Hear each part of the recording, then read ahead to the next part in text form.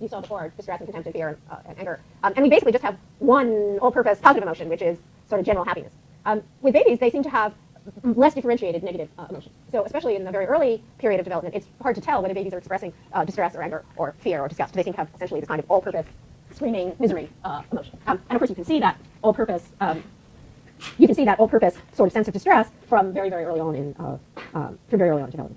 And again, as with happiness, it seems to be initially mostly just provoked by internal biological phenomena, like the baby being in pain or the baby being hungry. And then gradually it gets to be more and more triggered by social stimuli as well. So you start even before you get a lot of separation anxiety, you get babies crying in order to be picked up when they're a month or so old. So it isn't that they're just cold or hungry or distressed or in pain. Just even being separate from another person, being separate from a caregiver, already seems to cause babies distress, even when they're very young. And sort of a no-brainer to say, well, when a baby cries, you pick him up. But if you think about it for a minute, it's kind of surprising that if a baby cries, all you have to do is pick him up and he'll stop crying. Right? It's not like he's hungry that you have to feed him, or if he's in pain that you have to take away the source of pain. For babies, just being close to another person is enough to keep them from being distressed, and just being separated from other people is enough to put them in a situation of distress.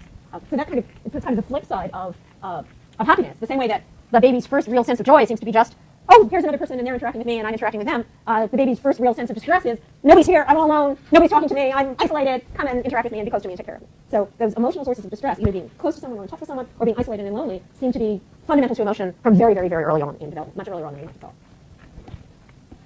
By the time babies are about 8 months old, they start to show negative emotions, not just sort of in general about somebody picking up, but they start showing specific emotions about their specific caregiver. And we'll talk about that a lot more when we talk about babies' attachment. So by the time they're 8 months, it isn't just that they want someone to pick them up, it's that they want mama in particular to pick them up. So by that 8 months, even if, just to take an example at random, wonderful Brown is there picking you up and holding you, you still might go to the mail slot, which is what Ollie does at our house. He goes to the mail slot and opens up the mail slot and calls out through the mail slot, mama, for about 5 minutes after mama goes away. Just long enough to make mama feel really, really terrible.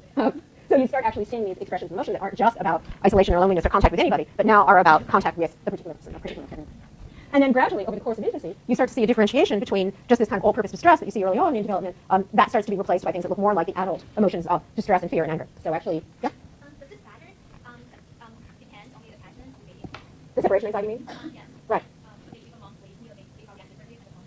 Yes. So one of the things that we'll see when we talk about attachment is that this set of emotions about how you react to your caregiver leaving or coming back again actually turns out to be quite important and predictive of lots of other things that happen later on. So the secure babies are the ones who are distressed when mom leaves and then very, very happy when mom comes back. But other babies with different attachment patterns don't necessarily show those emotions, and that's one of the signals for the fact that attachment patterns are different. So most babies are going to show this pattern, but not all babies show this pattern, and that's actually important, and we'll talk about it later on.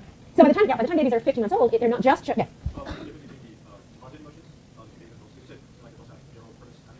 Yeah, sorry. So the babies also have a general purpose happiness one. The adults have the very differentiated negative ones, and the babies don't seem to have as differentiated negative ones. So both babies and adults seem to have this pretty all-purpose set of happiness reactions. Adults have these very differentiated negative reactions, and very young babies seem to have something that's just more like a kind of all-purpose negative reaction. Is that fair? Yeah. And then as babies get older, you start to see them gradually differentiating fear and anger and distress. So actually, one of the graduate students here at Berkeley did a nice experiment where he just held babies' arms. He took 12-month-old babies and just held their arms really still, and he could show that when you looked at the facial expression, babies got mad when you just held their hands down. It wasn't fear, it wasn't anxiety, it wasn't distress. It was just they were just really pissed off about the person who was holding their hands down. But you didn't quite see that separation with younger babies. So by a year, the babies really reacted with anger. But interestingly, again, they were reacting with anger in a social situation. So it wasn't that they got angry just if, say, they had a cloth around them. It was when they saw that somebody else was purposely keeping them from doing something. That was the context in which they got angry.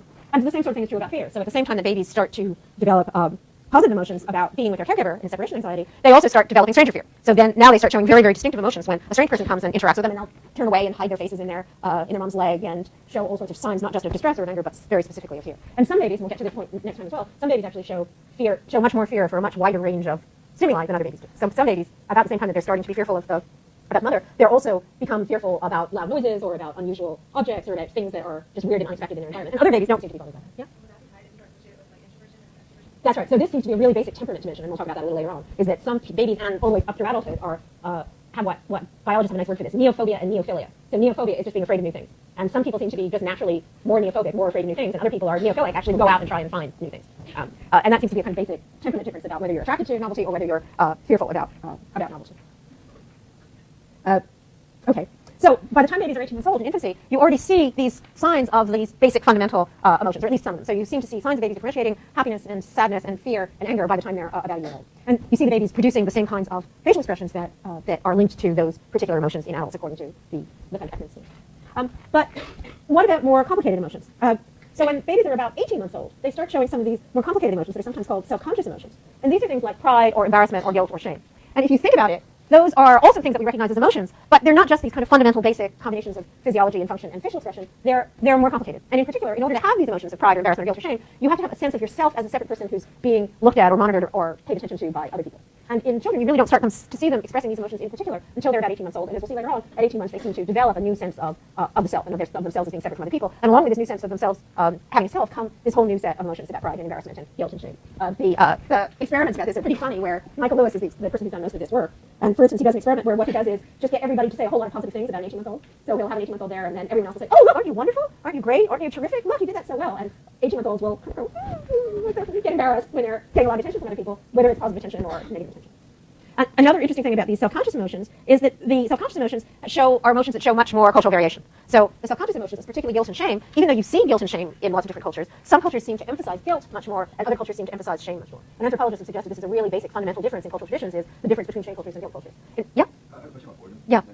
Yeah, that's a really interesting question. So actually, one of the things that I've actually talked about and thought about is that the work on emotions has almost all been about emotions about approach or avoidance, but sort of cognitive emotions like curiosity and surprise and boredom aren't things that people have studied very much in the emotional literature. And it's odd because even if you look at some of these basic facial expressions, there seems to be basic facial expressions that you can see for things like curiosity and surprise and boredom, as well as anger and shame and embarrassment. But people haven't studied those kind of cognitive emotions nearly as much as they have these more emotional emotions like anger and fear and embarrassment. So we don't know very much about when. It seems to me that if you look at 18-month-olds, for instance, you certainly see a lot of curiosity and surprise and boredom sort of on their faces. You can see that happening. Although you don't see much boredom really in 18-month-olds because they think everything in the world is interesting. But we don't know very much about those emotions or how those emotions develop. So it's a good question.